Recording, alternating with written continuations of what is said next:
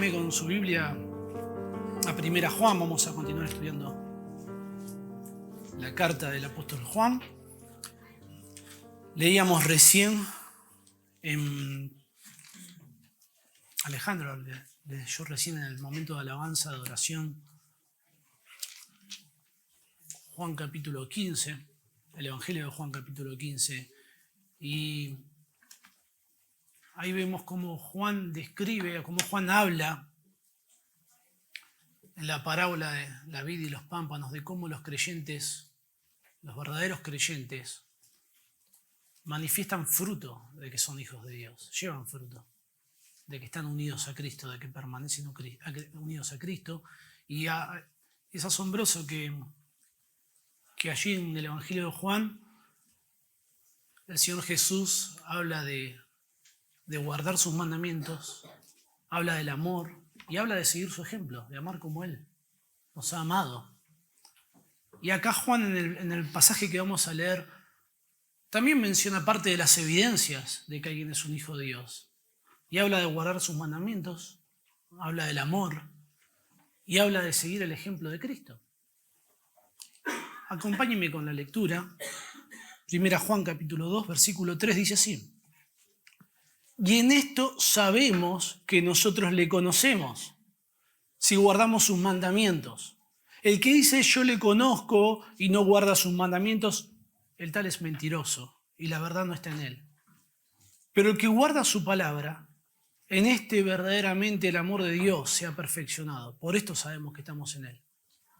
El que dice que permanece en él debe andar como él anduvo. Ayer estaba hermoso el día y aprovechamos para salir a pasar un tiempo juntos como familia. Y mi esposa se animó a conducir la camioneta por primera vez. Y yo me animé a que ella la conduzca también. Y bueno, ella está aprendiendo, fuimos cerquita ahí de los bosques de Seiza. Buscamos un lugar amplio, despejado, no había personas, no había perros, no había árboles, no había autos, no había nada. Entonces estábamos re tranquilos, re seguros. ¿Qué podía pasar? No había forma de que pasara algo, de sucediera algo, de que hubiese algún accidente. Estábamos seguros. Y estar en un lugar seguro nos permitía relajarnos. Nos permitía estar tranquilos, estar confiados, saber que no iba a pasar nada, no podría pasar nada. Es muy difícil cuando uno quiere aprender a manejar en medio del tráfico, en medio de la ciudad.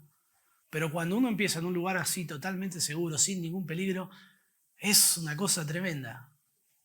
Es linda la experiencia de la conducción, sentir el viento, el olor de la naturaleza pegando en el rostro de uno, el motor funcionando ahí a la perfección. Es una experiencia gratificante y lo disfrutábamos. Yo lo disfruté mucho, mi esposa también lo disfrutaba mucho. La estábamos pasando re bien. Pero mi hija no. Mi hija no. Cuando llegamos al lugar y nos detuvimos, Amanda, que tiene 7 años, está allá atrás, por eso lo menciono, porque si ella estuviera acá no lo podría mencionar, me retaría después. Pero cuando llegamos al lugar y intercambiamos los lugares con mi esposa, mi hija se quería bajar. ¡No! ¿Qué va a manejar mamá? Pues por supuesto, hija. No, bájame, papá, bájame, no quiero estar acá.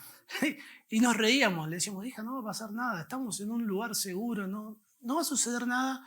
Y estábamos manejando y íbamos por un camino ahí con algunos sobresaltos, algunos pozos importantes, y ella iba totalmente atemorizada.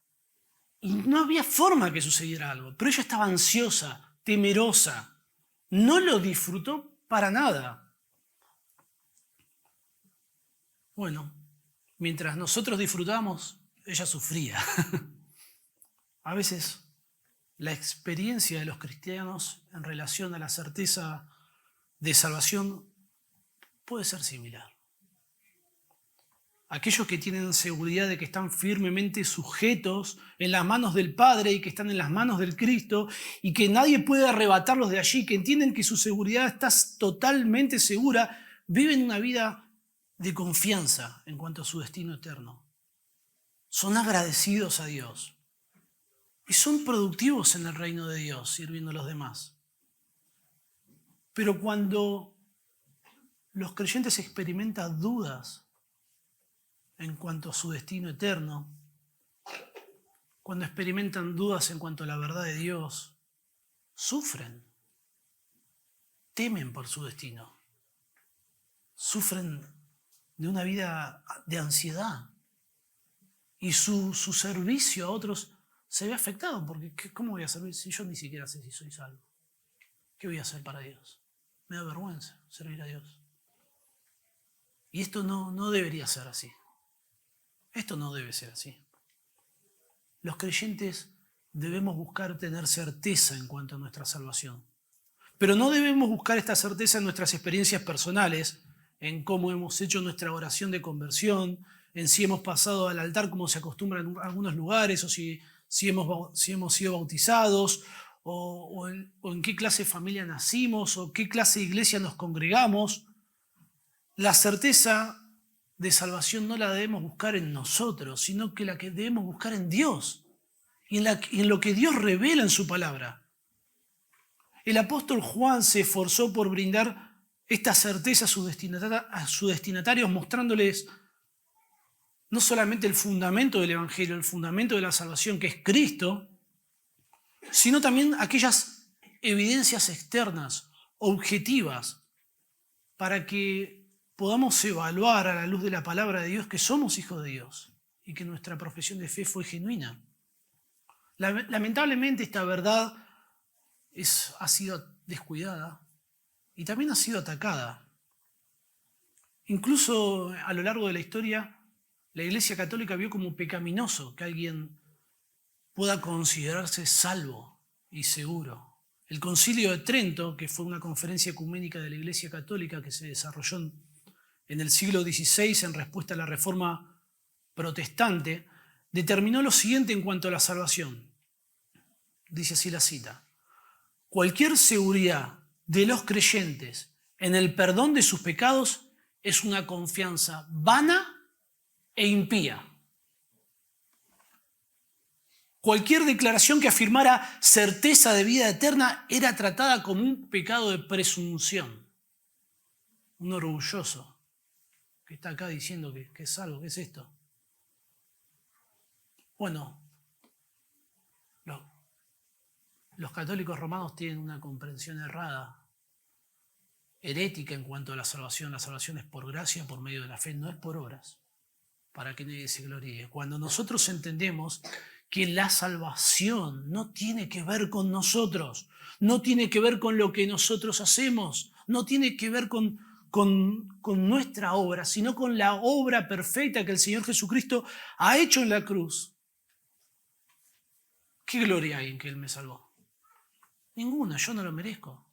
Yo merezco la perdición eterna y Él me salvó, no por obras, por su gracia, por su misericordia. ¿Cuál es la presunción? ¿Cuál es el orgullo? Todo lo contrario. Yo debo dejar mi orgullo a un lado, reconociendo que yo no puedo salvarme y que la salvación depende solamente de Él. Solo tengo que entregarme, descansar en sus manos, confiar en Él, confiar en lo que Él hizo, creer en su palabra.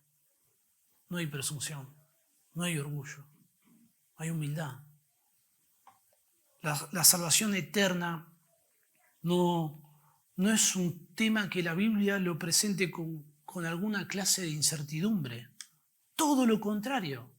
Las Escrituras explican con total claridad cómo alguien puede saber que tiene vida eterna. El teólogo reformado Louis Berkhof, en su teología sistemática, dice lo siguiente: la Biblia da completa evidencia de que los creyentes pueden en esta vida alcanzar la seguridad de salvación. Y Juan escribe para traer certidumbre en cuanto a la salvación. Yo quisiera hacer una distinción para que podamos ampliar más nuestra comprensión y ser cuidadosos en el trato que hacemos de esta verdad de la palabra de Dios. La seguridad de salvación tiene que ver con lo que la Biblia enseña en cuanto a la salvación. Es un hecho real, es independiente de lo que nosotros sintamos o entendamos. Las Escrituras explican que un verdadero creyente está seguro en las manos del Padre, en las manos de Cristo, que nadie lo puede arrebatar de allí. Aunque goce o dude de esta seguridad.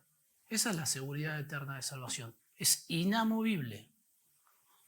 Ahora, la certeza, la certidumbre, como lo describen algunos eruditos, tiene que ver en cuanto a cuál es nuestra experiencia en la salvación, cuáles son nuestras convicciones. En ocasiones dudamos de nuestra salvación y no tenemos esta certeza. Y en ocasiones parece como que estamos más seguros. Yo estoy seguro de que soy un creyente, estoy seguro que soy un hijo de Dios, estoy seguro que Cristo me salvó. Pero llegar a esta certeza fue todo un camino de años. Y es un vaivén. Y eso va a ir cambiando. Pero la seguridad de salvación no. Lo que la Biblia enseña no es un fundamento. Es algo totalmente firme. Es importante que nosotros sepamos dónde buscar certeza en cuanto a nuestra salvación. Y en primer lugar debemos poner nuestro foco de atención sobre cuál es el fundamento sobre el cual descansa nuestra salvación. Y ya lo hemos hablado, la obra de Cristo. Su sacrificio sustitutorio, muriendo en la cruz por nuestros pecados, como dice Romanos 5:8, más Dios muestra su amor para con nosotros, en que siendo un pecador Cristo murió por nosotros. Y ahí encontramos consuelo, ahí encontramos seguridad, ahí encontramos descanso, reposo para nuestras almas. Juan habla de la salvación en 1 Juan con asombrosa claridad, ofreciendo suficiente información para que sus destinatarios tuvieran un fundamento sólido para confiar en su destino eterno. Algunos versículos, 1 Juan 1:7 dice que la sangre de Jesucristo, su Hijo, nos limpia de todo pecado. El versículo 9 dice que Dios es fiel y justo para perdonar nuestros pecados y limpiarnos de toda maldad. En el capítulo 2, el versículo 2, Juan dice, hablando de Cristo, que Él es la propiciación por nuestros pecados. Juan capítulo 4, versículo 15, todo aquel que confiese que Jesús es el Hijo de Dios, Dios permanece en Él y Él en Dios. 5:1, todo aquel que cree que Jesús es el Cristo es nacido de Dios. 5:12, el que tiene al Hijo tiene la vida. Juan 5:20, pero sabemos que el Hijo de Dios ha venido y nos ha dado entendimiento para conocer al que es verdadero y estamos en el verdadero, en su Hijo Jesucristo. Este es el verdadero Dios y la vida eterna. Esto es un tesoro leer esto. Lea esto. Si usted tiene dudas, lea la palabra, lea las Escrituras. Vaya a refugiarse en la cruz de Cristo. Solo ahí va a encontrar certeza, seguridad, reposo, descanso. Y el resultado de eso va a ser gratitud, alegría, gozo, servicio. Juan escribe de tal modo a sus destinatarios que procuraba que ellos pudieran abrazar estas verdades y disfrutar de la salvación que Dios ofrece. En capítulo 2, versículo 12, dice, os escribo vosotros, hijitos, porque vuestros pecados han sido perdonados por nombre. El versículo 20 dice, vosotros tenéis la unción del Santo. El versículo 25, y esta es la promesa que Él nos hizo, la vida eterna.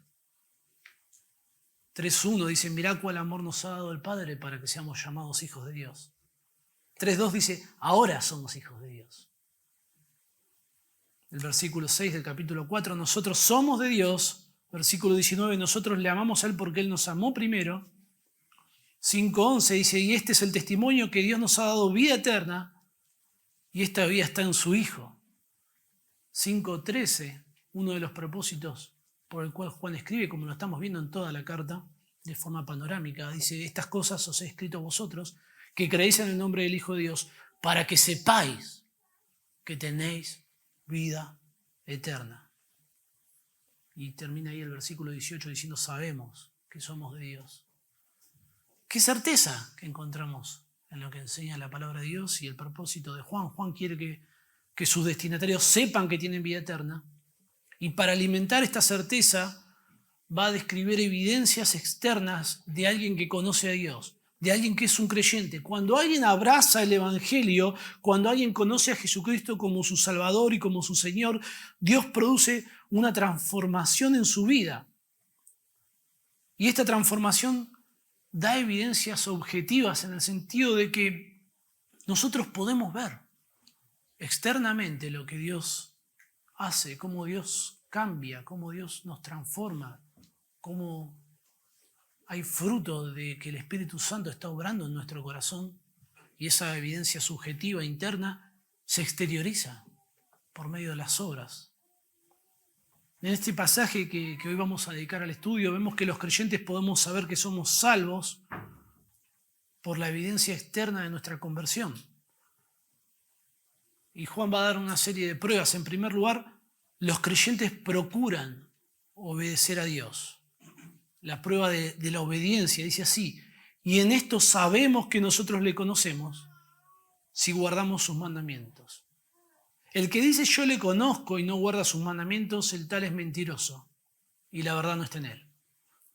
Nosotros podemos alimentar, estimular nuestra certeza de salvación al observar cómo Dios ha movido nuestra voluntad a un punto que ya no ignoramos lo que Dios demanda. Antes éramos completamente ignorantes de Dios.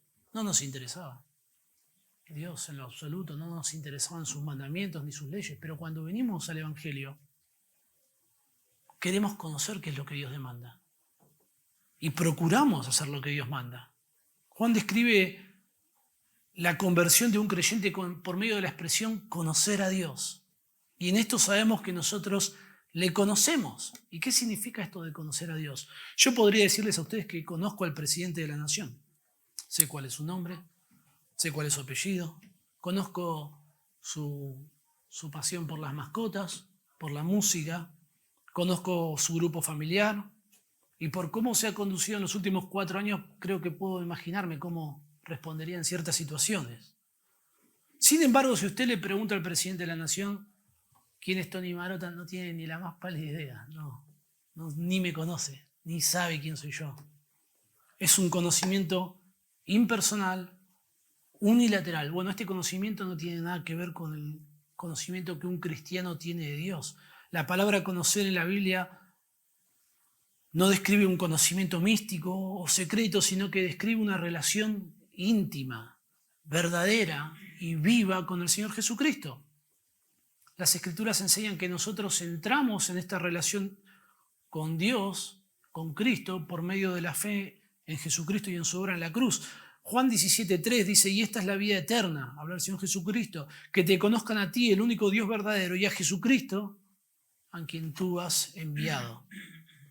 Esta palabra conocemos, está en un tiempo que se llama perfecto. Un tiempo perfecto describe una acción pasada que tiene resultados en el presente.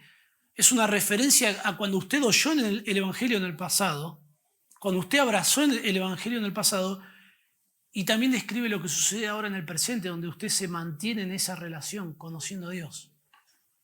Conocer a Dios es un tema central en la carta de Juan, aparece en 8 ocasiones, y Juan habla mucho sobre conocer a Dios, y describe mucho y nos arroja luz sobre este tema. En la época de Juan había un movimiento de falsos maestros que eran los gnósticos. Ellos enfatizaban tener un conocimiento privado, elevado y secreto. Ellos decían que ellos tenían un conocimiento de Dios único, que usted no lo tenía, un conocimiento místico. Y ellos pretendían que por medio de ese conocimiento obtenían la salvación. El gnosticismo, más que una religión, es una cosmovisión sobre la vida que influía y sobre la eternidad que influía en el pensamiento de muchas religiones en su época. Aunque el pensamiento gnóstico floreció alrededor del siglo II y el siglo III, ya tenía sus primeras influencias a finales del siglo I, por lo cual Juan fue testigo de esto y podemos encontrar alguna evidencia interna en la carta de Juan. El conocimiento que los gnósticos afirmaban tener no era el resultado del estudio y la exposición a la palabra de Dios, sino que ellos decían que ese conocimiento lo adquirieron en algún plano místico superior de la existencia. Ellos se veían como una élite espiritual, como privilegiados. Se veían como superiores por tener este conocimiento elevado de Dios, pero este conocimiento no afectaba sus vidas. No tenían un código de ética moral. Ellos creían que la materia era mala, pero que el espíritu era bueno, y como resultado de esto afirmaban que cualquier cosa que se haga con el cuerpo no tenía ninguna consecuencia espiritual, que no pasaba nada. Y en ese contexto donde ellos afirmaban conocer a Dios, Juan dice, nosotros sabemos que le conocemos si guardamos sus mandamientos. Imaginen lo que fue. Ellos no guardaban los mandamientos y no debían tener ninguna certeza en cuanto a su salvación. Nosotros sabemos, dice Juan, es un tiempo presente, podemos tener esta certeza. Los creyentes podemos tener esta certeza. Podemos saber que somos hijos de Dios. Podemos saber que conocemos a Dios. Y Juan presenta la prueba de la obediencia, la prueba externa. Dice, si guardamos sus mandamientos. Importante, hermano. Es una oración condicional. Dice, sí, guardamos sus mandamientos. Juan no está diciendo que nosotros podemos conocer a Dios al guardar sus mandamientos. Eso sería salvación por buenas obras. Usted no puede hacer nada para conocer a Dios. Lo que Juan está diciendo es que guardar los mandamientos de Dios es una evidencia externa de que usted es un creyente. Alguien dice, bueno, yo soy un creyente. Bueno, vamos a verlo. Vamos a esperar. Y esta persona comienza a interesarse por conocer los mandamientos de Dios, por seguir a Dios, por obedecer a Dios. Y uno dice, parece que sí. Parece que es un creyente, realmente quiere seguir a Cristo. Y se mencionan sus mandamientos. En el contexto no se describe a la ley mosaica, sino que el sujeto próximo a sus mandamientos es el Señor Jesucristo. Esto, que sean los mandamientos de Cristo, no anula la ley de Dios, porque los mandamientos de Dios y los mandamientos, las enseñanzas de Cristo, están en perfecta armonía. El Señor Jesús dijo que Él no vino a abolir la ley, sino que Él vino a cumplirla. Si usted es realmente un cristiano, si usted creyó en Cristo como su Salvador, ese es el fundamento. Usted querrá saber más de Cristo, más de su vida, más de sus enseñanzas y buscar obedecerle. Ahora, claro, nuestra obediencia no es perfecta. No hacemos lo que queremos. Quisiéramos obedecerle a la perfección, pero aún hay un remanente del pecado en nosotros, hay una lucha que se desata en nuestro interior. Bueno, Juan no está demandando una obediencia perfecta. Él ya dijo en el capítulo 1, en el versículo 10, que el que dice que no tiene pecado es un mentiroso. Juan ya establece que ningún ser humano puede obedecer a la perfección. Cristo es el único perfecto. Juan describe cuál debe ser la meta de un creyente. Lo que un creyente procura hacer. Cuando alguien conoce a Dios, ya no puede vivir más en rebeldía contra Dios. ¿Qué es eso? Yo conozco a Dios, pero me revelo a sus mandatos. Es una ridiculez. No tiene ninguna lógica. Cuando alguien conoce a Cristo, ha sido transformado desde su interior por medio de la obra del Espíritu Santo. Ha sido regenerado por la verdad del Evangelio, que ya no puede hacer otra cosa que procurar serle agradable, que procurar buscar a Cristo, buscar a Dios. Aunque haya tropiezos, y de manera imperfecta buscamos cumplir sus mandamientos. Juan capítulo 10, en el versículo 27, el Señor Jesucristo dice lo siguiente: mis ovejas oyen mi voz, y yo las conozco, y me siguen mis mandamientos. Ahora Juan establece lo contrario, como sigue el texto. Alguien que presume que conoce a Dios, pero no ignora los mandamientos de Dios, no le importa, no procura obedecer los mandamientos de Dios. Dice, el que dice yo le conozco y no guarda sus mandamientos, el tal es mentiroso. Es un mentiroso. Y la verdad no está en él. Está describiendo Juan a alguien que está autoengañado. Alguien que dice, bueno, yo soy un cristiano. Pero cuando vemos su vida, cuando hacemos una evaluación de su conducta, no guarda los mandamientos de Dios, no obedece a Dios. Toma un montón de decisiones que no tienen nada que ver con la palabra de Dios y cuando es confrontado con lo que dice la palabra de Dios, no le interesa. Muchas veces personas que están en esta situación de autoengaño contestan, yo lo hice con un buen corazón, yo lo hice con una buena intención lo que hice, pero es contrario a lo que manda el Señor. No importa cuál fue nuestra intención, porque claro, nosotros somos pecadores, nuestras intenciones están contaminadas, no hay ninguna perfección en ella, no, deberíamos dudar de nuestras emociones, de nuestras intenciones y buscar el consejo de Dios. Y Juan dice de una forma muy categórica, el tal es mentiroso y la verdad no está en él.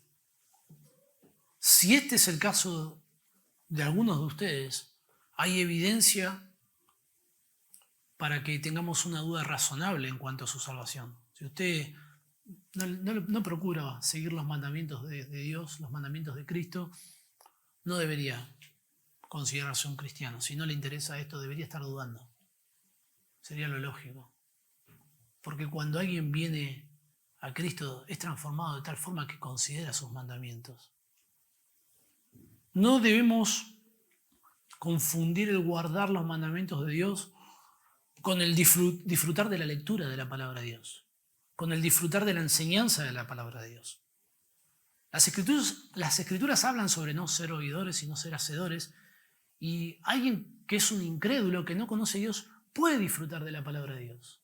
La palabra de Dios es un tesoro perfecto, es una obra magnífica. ¿Cómo no va a disfrutar?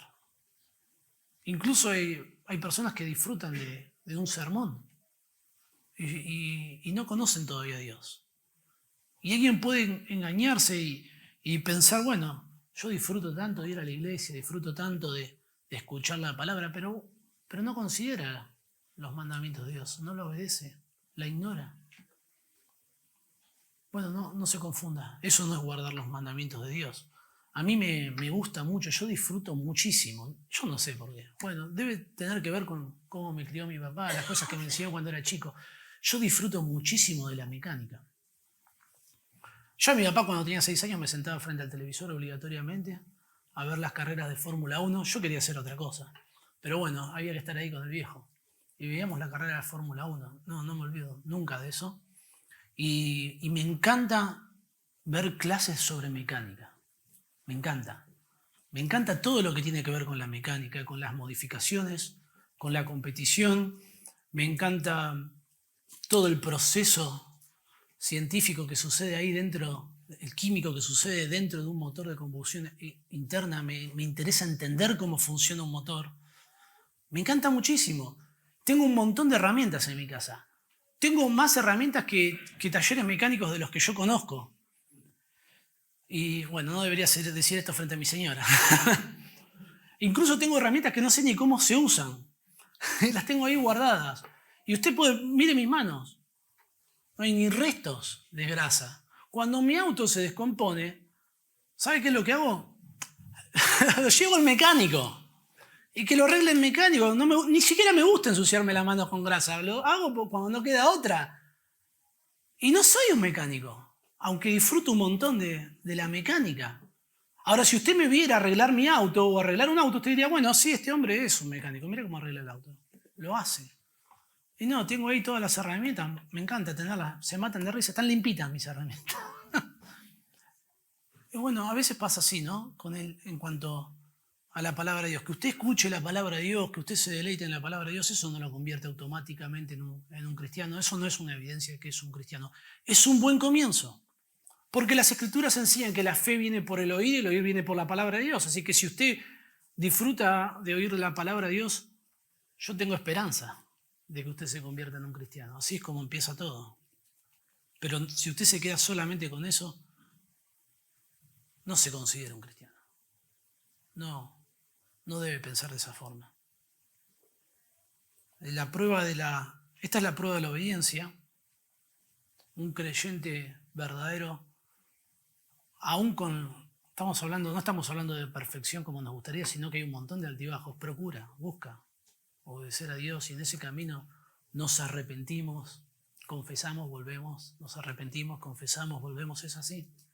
Y a medida que más obedecemos, más alimentamos esa certeza, ese sentimiento, y a medida que desobedecemos, más dudas se siembran en nuestro corazón.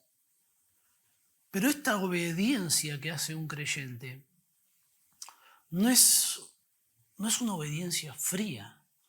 No es esa obediencia que nosotros como hijos, cuando nuestros padres nos mandaban a hacer algo, la hacíamos a las patadas, porque no queríamos, porque nos resistíamos, lo hacíamos porque no nos quedaba otra.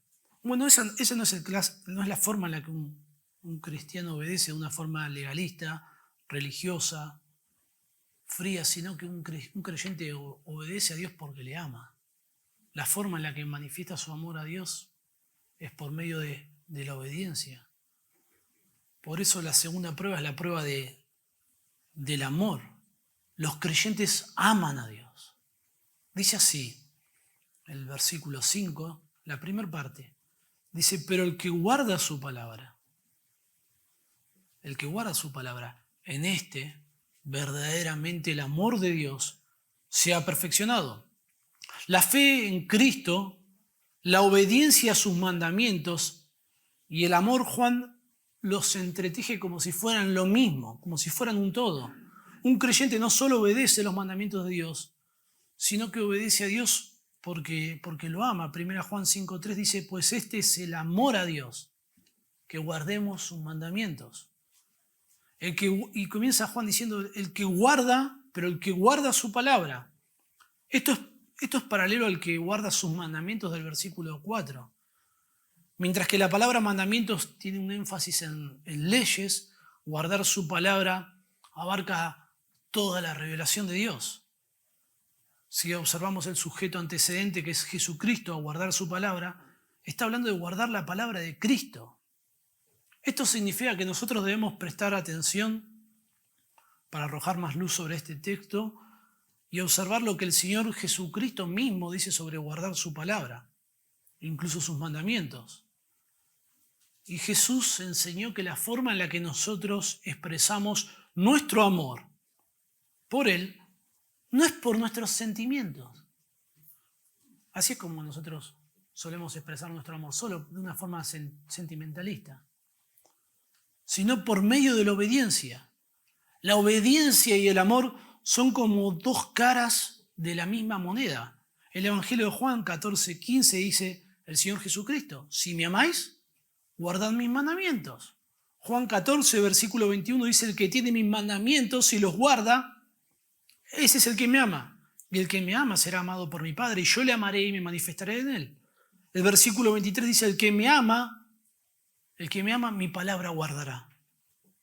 Y mi Padre le amará y vendremos a él y haremos morada en él. El amor y la obediencia son inseparables.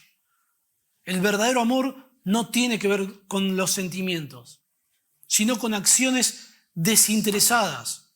Un creyente buscará obedecer a Cristo porque ama a Cristo, aun cuando sus sentimientos no lo acompañan. No deberíamos esperar que estén los sentimientos. Deberíamos obedecer a Cristo y luego se va a manifestar en los sentimientos. Y esto no anula el hecho de que los creyentes amamos a Dios porque Él nos amó primero. 1 Juan 4:19 enseña eso.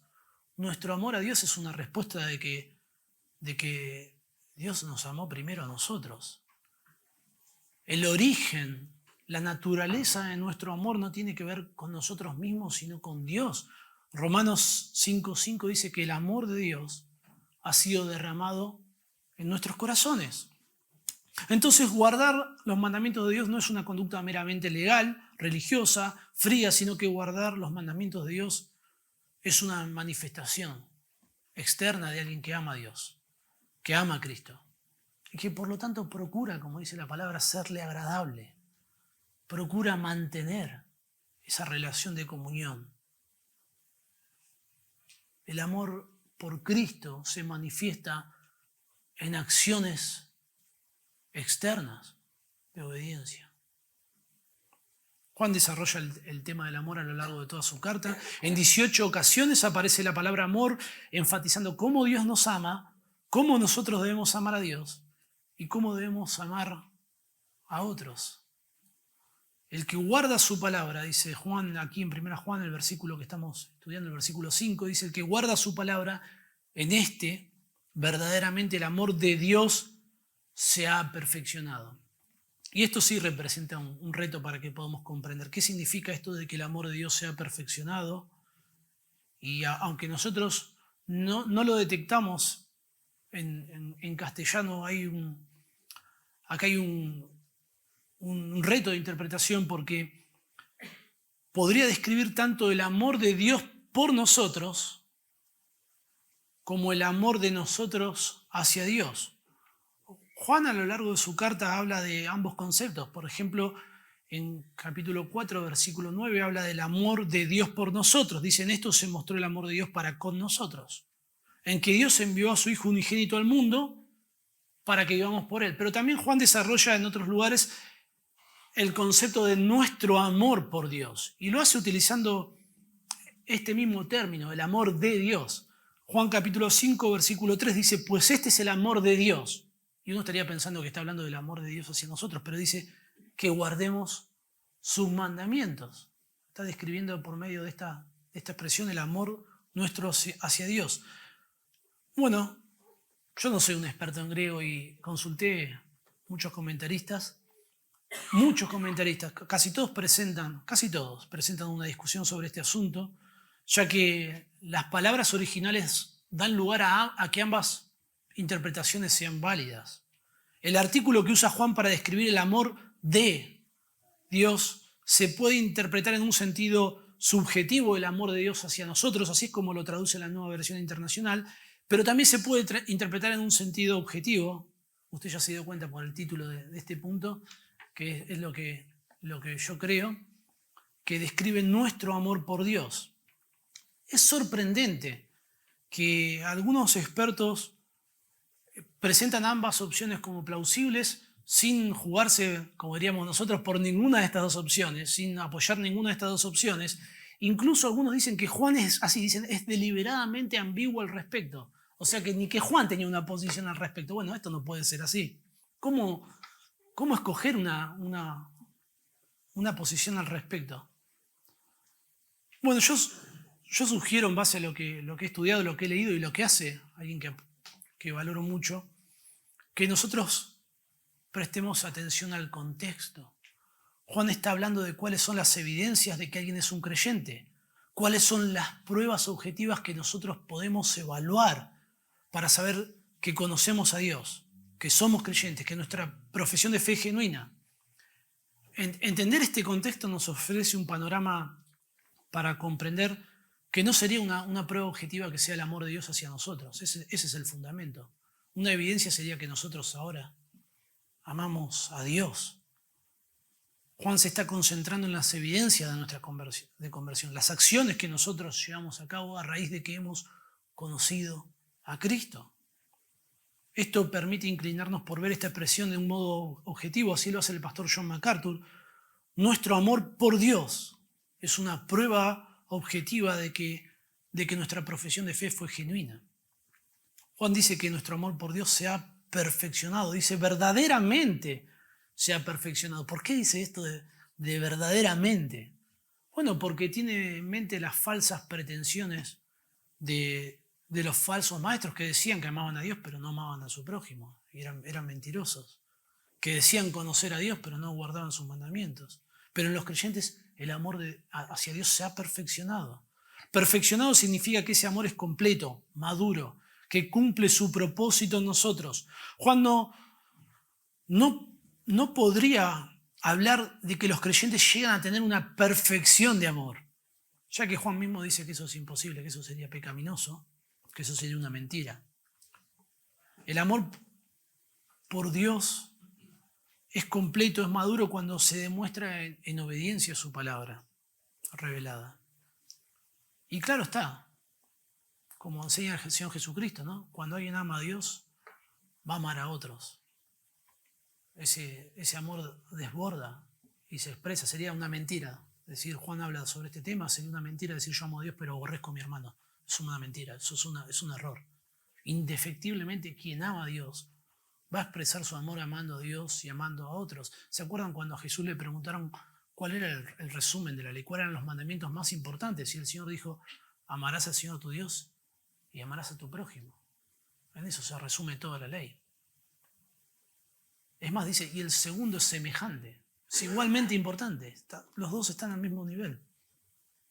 Los verdaderos creyentes van a dar evidencia de su salvación por medio de la prueba de la obediencia, por medio de la prueba del amor. Y en último lugar, por medio de la prueba del ejemplo. Los creyentes siguen el ejemplo de Cristo. La prueba del ejemplo. Versículo 5, la segunda parte dice, por esto sabemos que estamos en Él. El que dice que permanece en Él debe andar como Él anduvo. Un cristiano va a procurar conducirse como Cristo. Si usted es un creyente, va a querer conocer más de Cristo con el propósito de seguir su ejemplo.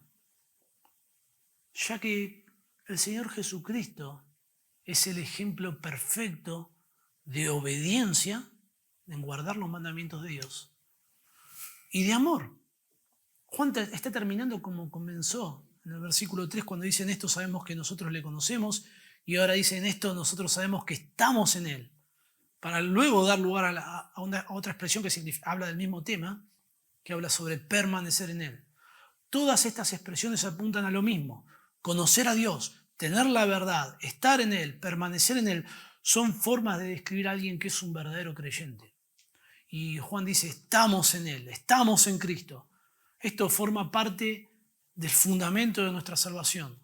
Usted puede estar seguro que es un creyente si ha creído en Cristo, porque al hacer esto, usted ahora está en Cristo, está unido a Cristo.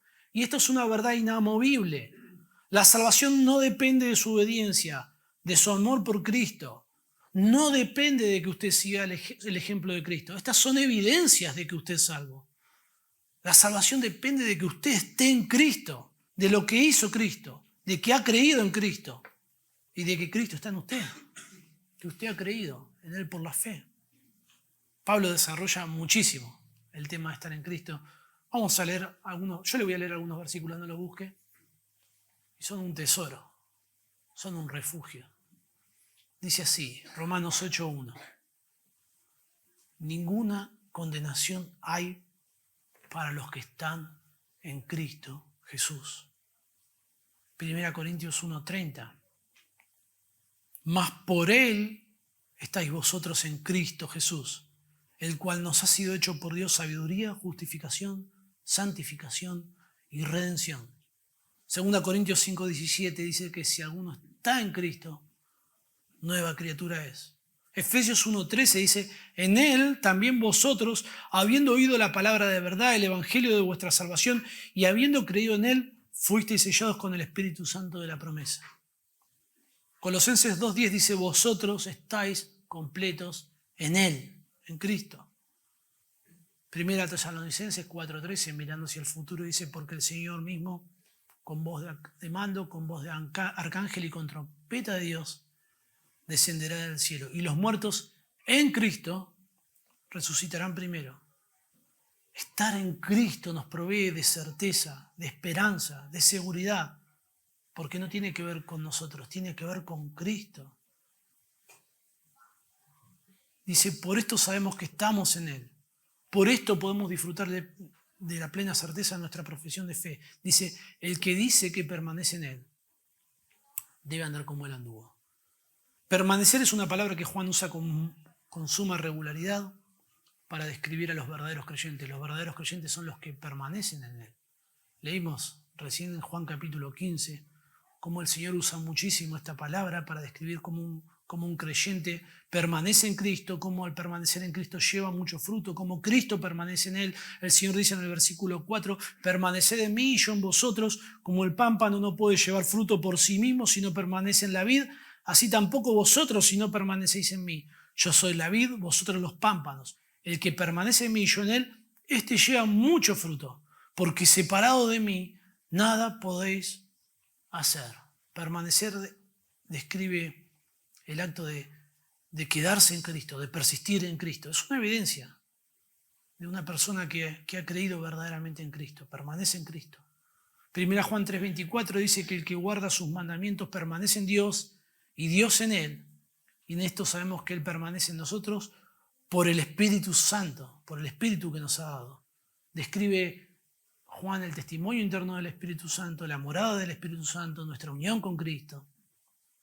Juan 4:15, primera Juan 4:15, todo aquel que confiese que Jesús es el Hijo de Dios, Dios permanece en Él y Él en Dios. Nosotros venimos a esta relación de permanencia no por las obras, sino por confesar quién es Jesucristo, por haber creído en Cristo. Si usted ha creído en el Evangelio, si usted ha creído en Cristo como su Salvador, usted permanece en Cristo. Y la evidencia externa de esto es que debe andar como Él anduvo. Debe apunta a una obligación. Si usted está unido a Cristo, si Cristo está morando en usted, es lo lógico que usted refleje a Cristo, que usted manifieste a Cristo en su vida. Debemos andar como Él anduvo, no porque nosotros podamos vivir la vida perfecta que Jesús vivió, sino porque Jesucristo es el modelo perfecto para que nosotros obedezcamos a Dios. Jesucristo es el modelo, no su predicador favorito de YouTube. No. Yo a veces me encuentro con personas que no van a ninguna iglesia y de pronto dicen, bueno, mi pastor es el pastor MacArthur. No es tu pastor. Te ha sido una bendición enorme. Yo también pensé quizás en algún momento de esta forma. No es mi pastor. Yo no me congrego en la iglesia del pastor MacArthur y si yo peco de una forma deliberada, MacArthur no me va a disciplinar. Yo no me puse bajo la autoridad. Mi pastor es aquel en la iglesia donde yo me congrego, en la iglesia en la que yo estoy. Y aunque mi pastor debe ser un imitador de Cristo, Pablo, él hablaba que debíamos imitarlo a él como él a Cristo. Aunque mi pastor debe ser un imitador de Cristo, el modelo tampoco es mi pastor. Aunque debe ser un modelo nuestro pastor. Nuestro modelo es Cristo. Los cristianos seguimos a Cristo. Imitamos el ejemplo de Cristo. ¿Y por qué? ¿Por qué seguimos el ejemplo de Cristo? Porque es el ejemplo perfecto. Nuestros predicadores favoritos o nuestros líderes no son perfectos, no somos perfectos. Pecamos. Necesitamos que seamos confrontados también. También tenemos que arrepentirnos por nuestros pecados. Pero el Señor Jesucristo es perfecto. Su vida fue y es perfecta. Cuando hablan las profecías de Jesucristo, en Isaías 53:9 dice, nunca hizo maldad, ni hubo engaño en su boca. ¿De quién más podríamos decir esto? De nadie. 2 Corintios dice, al que no conoció pecado, fue tentado en todo según nuestra semejanza, pero sin pecado. Pedro dice, el cual no hizo pecado, ni se halló engaño en su boca. Y Juan dice, no hay pecado en él. Como él es perfectamente santo, puro y Dios, y es Dios mismo, él pudo morir por nuestros pecados. Dios lo aceptó a él como nuestro sustituto. Perfecto. Y claro, imagínense si nuestro sustituto es perfecto, su obra es perfecta, su salvación es perfecta, es completa, plena, segura. Encontramos seguridad, reposo, gracia, misericordia, perdón. Ahora, ¿cómo es esto de andar como él anduvo? Porque se puede tornar un poco místico. En la década del 90 hubo unas pulseritas, no sé si algunos las recordarán, que se hicieron muy famosas. Y empezaron primero obviamente en inglés, eran estas pulseritas, y después también había en castellano, y quizás si usted va a alguna librería cristiana la va a encontrar, que dicen, ¿qué haría Jesús? ¿Se acuerda? ¿O las ha visto? Bueno, esto se hizo muy popular. Todo el mundo estaba con esta pulserita y parecía como algo muy atractivo, muy seductor. En vez de tener toda la Biblia en la mano, tengo la pulserita, y donde se me presenta una situación que no sé cómo decidir, me pregunto, bueno, ¿qué haría Jesús? Y ahí tomo una decisión pensando yo, en mí mismo, qué es lo que haría Jesús. Esto es sumamente peligroso. Porque nosotros no podemos determinar qué es lo que haría Jesús en situaciones en las que Jesús nunca estuvo. Y de pronto yo interpreto que Jesús haría una cosa y usted interpreta que Jesús haría otra.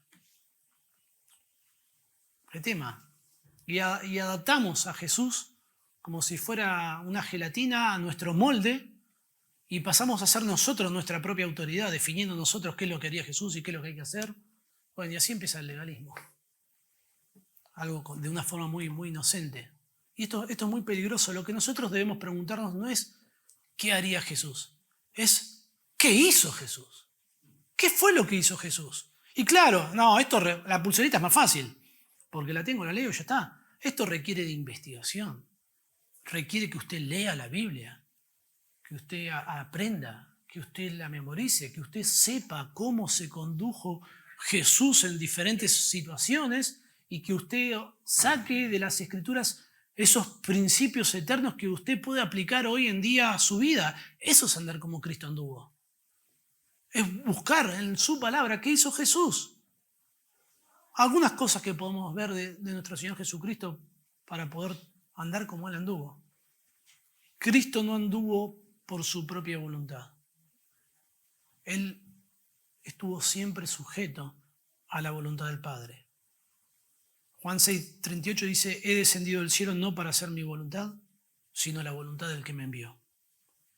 El Señor Jesús dice, aprended de mí, que soy manso y humilde de corazón. En Juan 13:15, luego de lavar los pies de los discípulos, ninguno lo quería hacer porque era el trabajo más servil, era el trabajo de un esclavo, y el Señor Jesucristo luego de hacerlo dice, porque ejemplo os he dado, para que yo, como yo os he hecho, vosotros también hagáis. Efesios 5:2, Pablo dice, andad en amor, como también Cristo nos amó y se entregó a sí mismo por nosotros, es nuestro modelo. Pedro dice que Cristo padeció por nosotros, dejándonos ejemplo para que sigáis sus pisadas. Y luego menciona cómo el Señor Jesucristo le injuriaban y Él no respondía, no maldecía, sino que encomendaba su causa a Dios. Jesucristo nos enseña cómo enfrentar el sufrimiento, cómo atravesar una injusticia. La prueba que establece aquí Juan es si Jesucristo produce su reflejo en su vida de alguna forma, de alguna manera. Aunque este reflejo no será perfecto porque no podemos llegar a ser perfectos, sin embargo, si usted es realmente un creyente, se verá algo de su reflejo, del reflejo de Cristo en usted. Y esto le brindará, alimentará su certeza. La salvación que Dios nos concede es totalmente segura. Y así lo expresa la palabra de Dios. Juan 5:24 dice que el que oye mi palabra y cree el que me envió, tiene, no dice tendrá, puede ser, la obtendrá, se la ganará, dice tiene vida eterna. Y no vendrá condenación, mas ha pasado de muerte a vida. Eso sucedió en el pasado, cuando creímos en Cristo. Inamovible. Ahora, esta certeza nuestra que nosotros tenemos, si no está cimentada en la palabra de Dios, lo primero que debemos hacer es buscar nuestro refugio en Cristo, en la obra de Cristo, en la palabra de Dios. Pero en ocasiones no es constante. Si usted se está resistiendo a algún mandamiento de Dios, si usted está abrazando algún pecado secreto, si usted no disfruta de la comunión con Dios, no se va a sentir muy salvo, ¿o no? Es nuestra experiencia. Usted va a sentir dudas, ansiedad, temor. Esta certeza de salvación es algo que se disfruta el calor de la comunión con Dios. Y es una bendición que así sea. Porque este estado de ansiedad, de dudas, de temor que sentimos cuando nos alejamos de Dios son un estímulo para que no nos quedemos allí. Un verdadero creyente no se va a quedar ahí. No va a dejar de perseverar. Se va a arrepentir de sus pecados, va a volver a Dios, va a permanecer en Dios. El teólogo Charles Ryrie dice, cuando el pecado entra en la vida del creyente, especialmente un pecado serio, entonces la duda acompaña tal experiencia.